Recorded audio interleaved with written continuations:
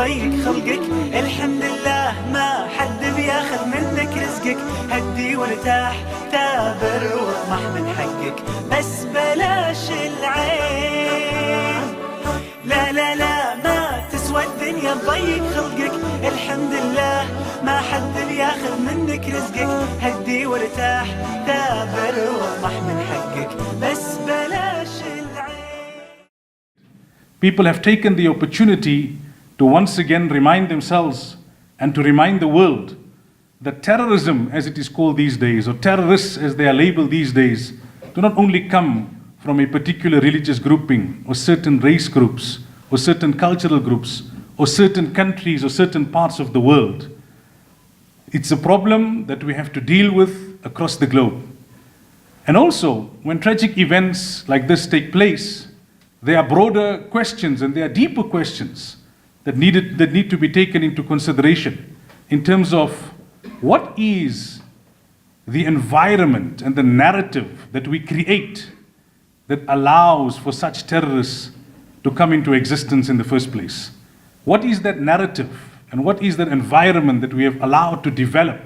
The stereotyping, the profiling of certain people and certain religious groupings, and in this case, especially Muslims, that allow for such horrific happenings and for such tragic happenings to take place in the first instance. So these are some of the comments and some of the pronouncements that we have seen the world over. And it was felt that it is imperative that in South Africa as well, we congregate to apply our minds to these deeper questions and to also voice our thoughts on these issues that affect all of us, where people across the world from different religious backgrounds and cultural backgrounds are affected and afflicted and are at times even victims. The program is a lengthy one. We have approximately 9, I think we have 9 speakers actually, and each one is going to be allocated a time limit of 5 minutes, and hopefully they're going to try and contain their thoughts within those 5 minutes. There is going to obviously be the Isha prayer calling or the Adhan that will take place. However, because the program started a bit late and we don't want to make the program too long, those of the Muslim faith, we will congregate in this hall after the program has terminated, and we will perform our salah and we will offer our prayers. First, we will be calling Boang Jones from the South African Human Rights Commission. He speaks on behalf of the South African Human Rights Commission as well as the South African Communist Party.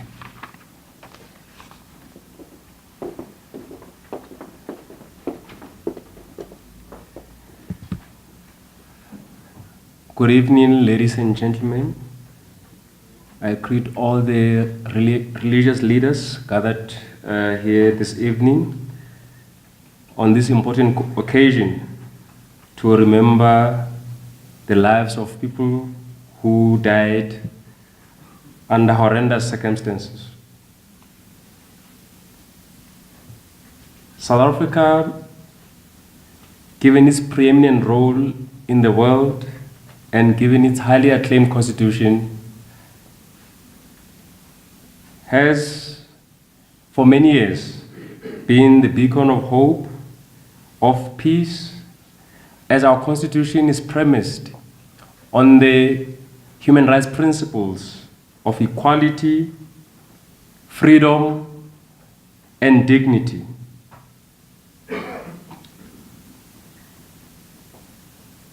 Given our role internationally, regionally, we continue to play an active role in advocating for human rights principles. The South African Human Rights Commission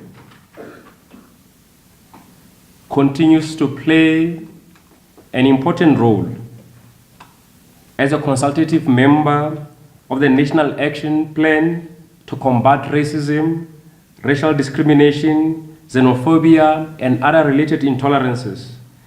This provides the Commission with an opportunity to ensure its effective implementation and monitoring the impact of this national instrument to combat racism, racial discrimination, xenophobia, and other related intolerance.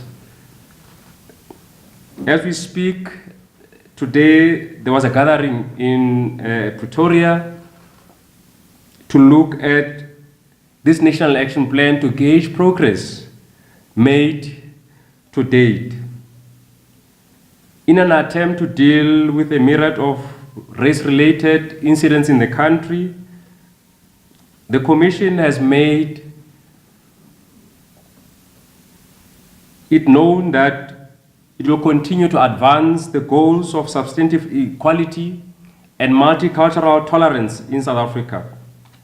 We view the incidents in New Zealand and other parts of the world as incidents that could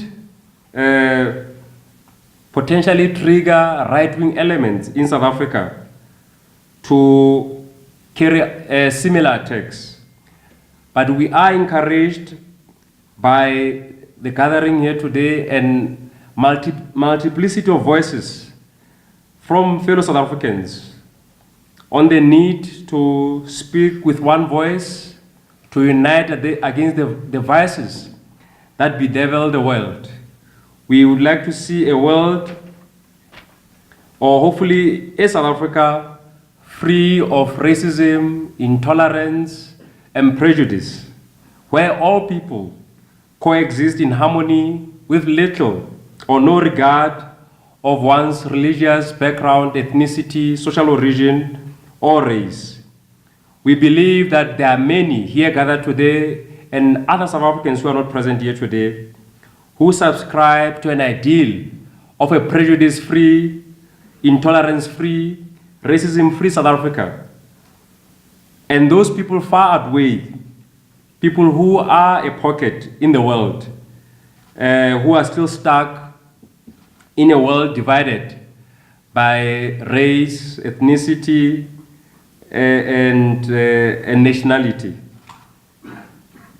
We are committed to working with the foundation, the Muslim community, and other religious organizations in the country to promote tolerance, dignity, social cohesion, and equality as we enter into the 25th year since the advent of our democracy.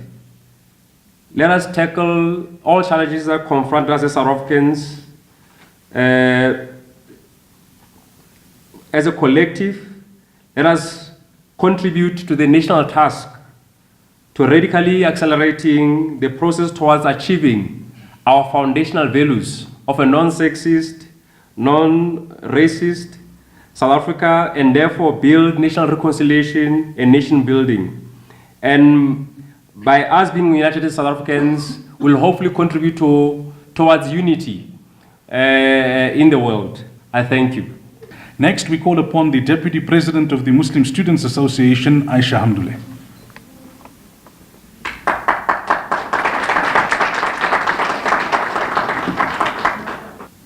Assalamu alaikum wa rahmatullahi wa barakatuh. Honored speakers, honored guests, members of the National Executive of the MSA, I greet you with the universal greeting of peace. Assalamu alaikum wa rahmatullahi wa barakatuh. This evening brings us together to address an extremely important topic of Islamophobia. Our brothers and sisters the world over are experiencing this more often every day. In the wake of the most recent terrorist attacks on our brothers and sisters in New Zealand, it is necessary to reflect on the scourge of terrorist attacks which we have been experiencing all around the world. Upon hearing that a Muslim brother had opened the door for a fellow brother, greeting him and welcoming him to Friday prayers, only to be met with a response of gunshots to his body to meet his death, and then proceeding to massacre everyone else in this mosque, simply for being Muslim, has placed Muslims in the world over in a necessary state of sorrow, heartbreak, and trauma. As the MSA, we would firstly like to unequivocally pledge our solidarity to the victims of this attack and their loved ones. We extend a hand of solidarity to all those who have been affected by terrorism throughout the world, from Charleston in 2015 to Pittsburgh in 2018. The rise of right-wing, white supremacist terror attacks raises major concerns for us as South African Muslims, and more so as students, where a part of our duty is always to actively be reflecting on our surroundings. We are extremely lucky to enjoy an extensive amount of religious freedom in this country. Most of us, not all, are privileged to live a life free of Islamophobia in the manner which many Muslims cannot live with around the world.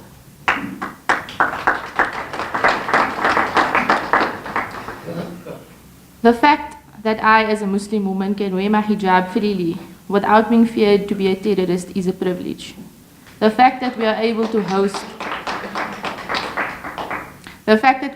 host such an event this evening without the fear of being attacked, hated, or discriminated against simply for being here is a huge privilege.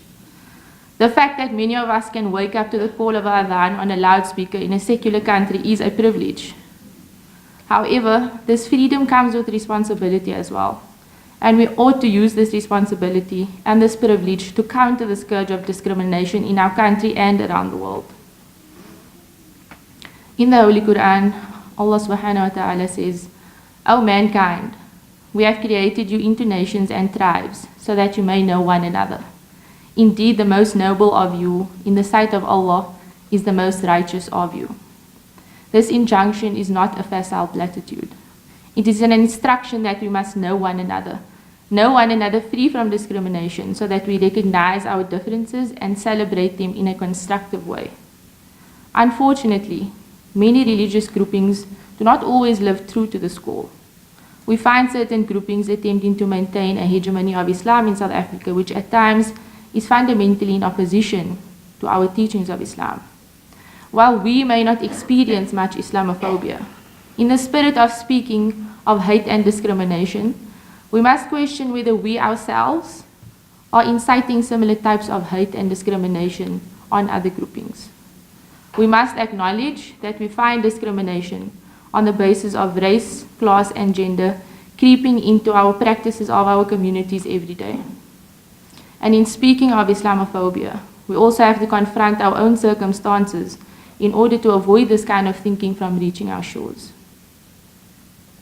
These acts of terrorism around the world are not isolated, and while not physically connected to us, the perpetrators of these attacks are connected by an ideology, a certain way of thinking.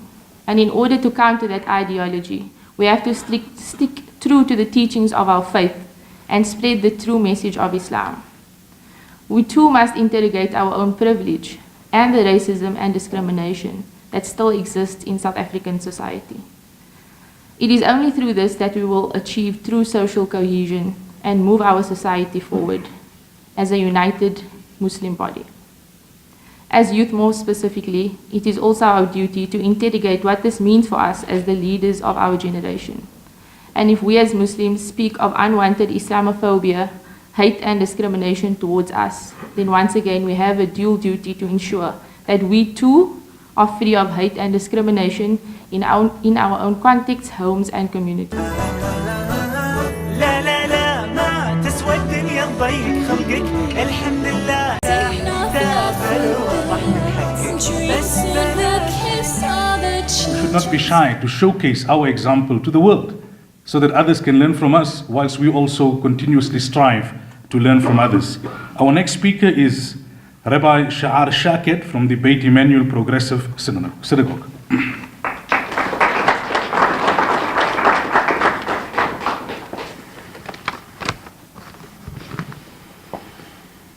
Shalom Aleichem, Haverim Yekarim, Salam Alaikum, dear friends. We have gathered here this evening to acknowledge our common human existence. There is much to celebrate in our shared spiritual heritage, but today our assembly is focused on the bereavement.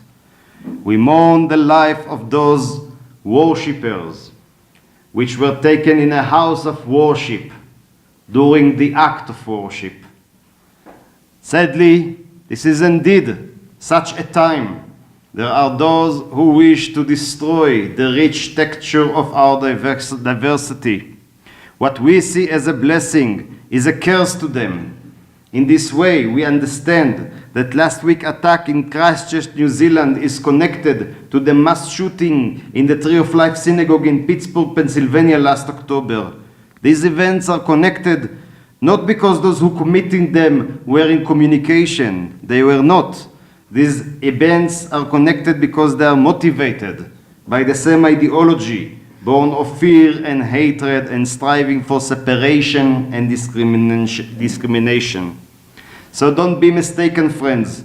These are the agents of the old order. They sense that the world have changed. They sense the solid alliance among us, the progressive thinkers. They sense the strength we have as we come together to defend democracy and peace and human rights. They sense these currents and they are afraid, and it is their fear which makes them dangerous. We must acknowledge these perceptions if we wish to face this reality and to act together in order to transform it.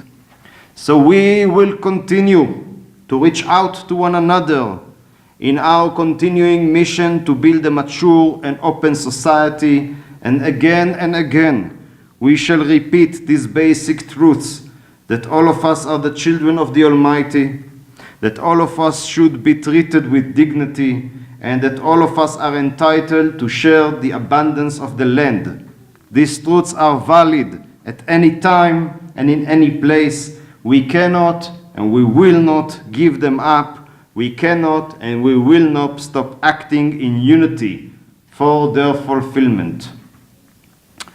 Now I'd like to move from what we should do to the deeper level of who we should be.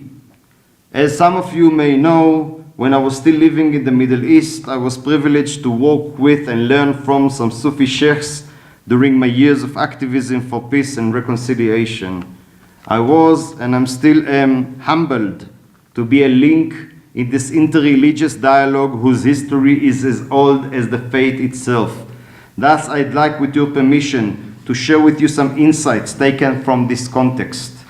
In Judaism, there is an established practice of studying, drawing from the oral tradition mainly as an act of remembrance in times of suffering and misfortune. Thus, by our study, we show deep respect for those whose lives were taken in Christchurch, New Zealand, as well as honoring those who have called this distinguished assembly. We acknowledge the blessed memory of Ahmed Muhammad Katrada, Uncle Ketty, and all the master sages of the Jama'atul Ulama Horn for Africa Janub who have passed away. All of them are now with the Eternal, from whom all life comes. So, the book of Proverbs 27:19 teaches us the following: as the water reflects the face, so one human heart reflects another. Kemaim hapanim lapanim, ken lev ha'adam la'adam. The commentator Gershonides Ralbag explained 13th century that the same way as someone observing the reflection in his face in the water understands the shape of his face, so one can also understand who he is from what he can see in his companion's heart. From that, in turn, he is able to see himself clearly. For it is self-evident that if all human beings are made in the divine image, then when you look into the soul of your fellow human being, surely you will be reminded of the divine source of your own soul. And almost contemporary to Gershonides, a little earlier, was Ibn Arabi, the influential Andalusian Muslim scholar, mystic, poet, philosopher. And Ibn Arabi used a number of metaphors to explain the relationship between the Almighty, the world, and the human beings, all of them somehow associated with reflections. For instance, the light of the sun, the light of the candle, the light and the shadow, the rainbow, very relevant for here in South Africa, the rainbow. The sight deceives us. We see colors, but in the reality, those colors are only fractions of the pure, undifferentiated light. Nevertheless, the most important metaphor used by Ibn Arabi to explain the relationship between God, the world, is human, is the mirror. Ibn Arabi didn't invent this symbol, but he developed it very much, clarify the nature of relationship between God and his creature. The divine attributes come into actuality in a polished mirror, the polished mirror. And it is the task of us human beings to polish the mirror of our souls in constant attempt, achieving proximately to the beloved one, reaching one of the stages of the fana, devotional unity. You see, the nature of our world is such that on one side there is the existence of the absolute, the wujud, and in Hebrew, the four-letter names, Yud, Hey, Vav, Hey, that was existed, that is exist, that will exist. All this in the four letters, Yud, Hey, Vav, Hey. And on the other side is the creation and us, the limited creatures. We are like the surface of an unpolished mirror, a reflection or shadow of the real. However, this is the greatness of the eternal grace. The heart of humanity, the surface of the mirror may and should be polished. A person can, for a brief moment, reflect the name of the Almighty. God is the mirror of the world because his creatures can identify their own image in such a looking glass, in a perfect mirror. And then, in this perfect mirror, friends, he who praises and he who is praised merge so that the worshipper and the worship temporarily coincide. A person can, for a brief moment, be one with the beloved in a spiritual condition, ittihad in Arabic, and in Hebrew, ahdut. Indeed, those moments are rare in our spiritual practice, but they do occur, and our spiritual tradition are able to guide us there. However, the goal of this spiritual journey is not the joy and satisfaction one gets from ecstatic moments. The goal of this spiritual moment is for the practitioner to come back from the light in order to function here, in this world of absence and disguise, olam ha-he'alem ve'ha-hester. As a clear and polished mirror, we should reflect one another's soul, so that the divine light will be spread to the four corners of the earth. And even in the darkest spots, our fellow humans should feel this light and know that there is still hope, that there is still trust, that there is still love. Dear friend, may the one who gave us the capacity to feel compassion and solidarity endow us with the spirit to overcome obstacles, to melt hatred. Friends, do not be afraid, for indeed the Almighty is with us. Inna Allaha ma'ana. Indeed, the Almighty is with us. Shukran, Ahwan Habiban.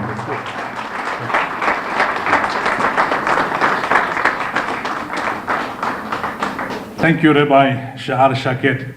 I'm glad you quoted Ibn Arabi in a way that reflects that he was much more than just a mentor to Erdogan.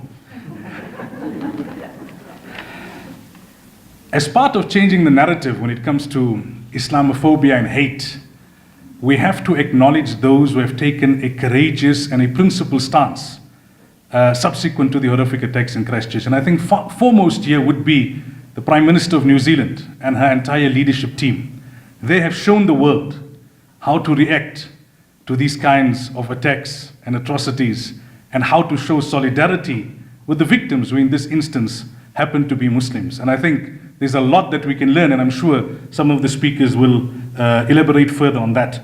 Our next speaker is Ismail Vadi. He wears many caps, but tonight he speaks on behalf of the Ahmed Katrada Foundation.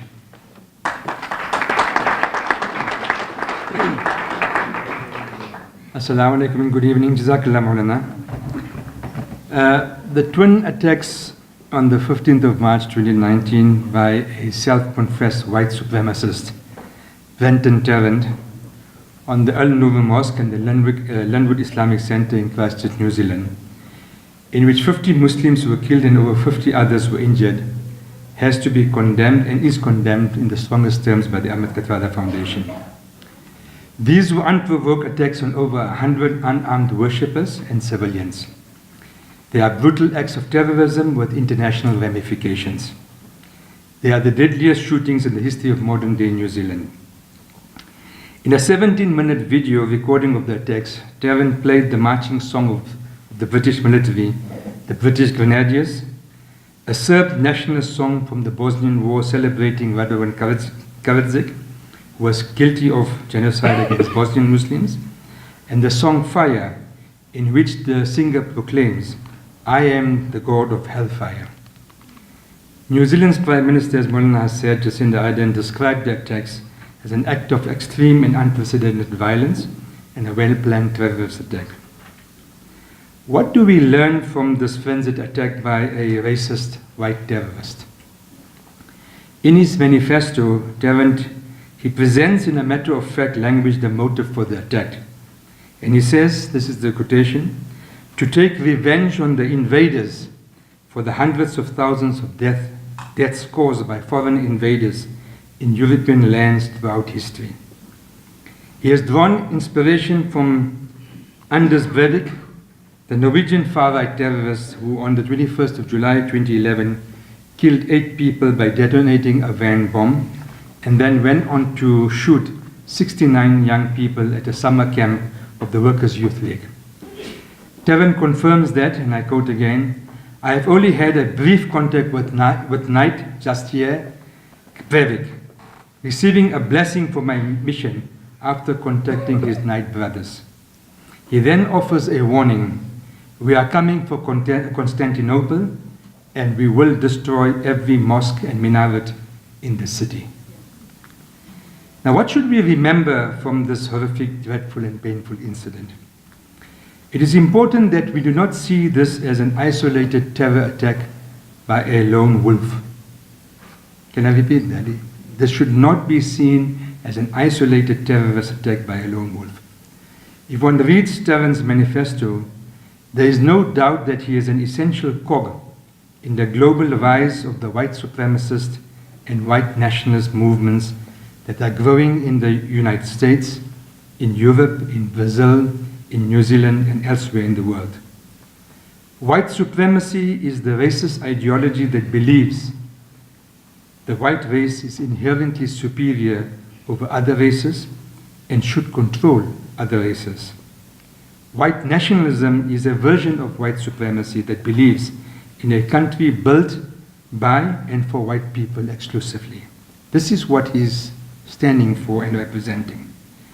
The popularization of white supremacist ideology on social media platforms and online platforms has given rise to far-right political parties. It's very important. So you have an ideology, but you're now seeing the emergence of far-right political parties, which in recent years have made significant gains throughout the Western world. In Europe, for example, far-right populist parties have seen phenomenal growth in electoral support. The Freedom Party in Austria, the National Front in France, the Party for Freedom in the Netherlands, the Five Star Movement in Italy, the Golden Dawn in Greece, the Alternative for Deutschland in Germany have run far-right nationalist campaigns based on 2 fundamental ideas currently trending in many European countries: uplifting the poor working class in a crippling or declining globalized economy, and constricting immigration from the Middle East in particular. لا لا لا ما تسوى الدنيا تضيق خلقك، الحمد لله ما حد بياخذ منك رزقك، هدي وارتاح ثابر واطمح من حقك، بس بلاش العين. لا لا لا ما تسوى الدنيا تضيق خلقك، الحمد لله ما حد بياخذ منك رزقك، هدي وارتاح ثابر واطمح من حقك، بس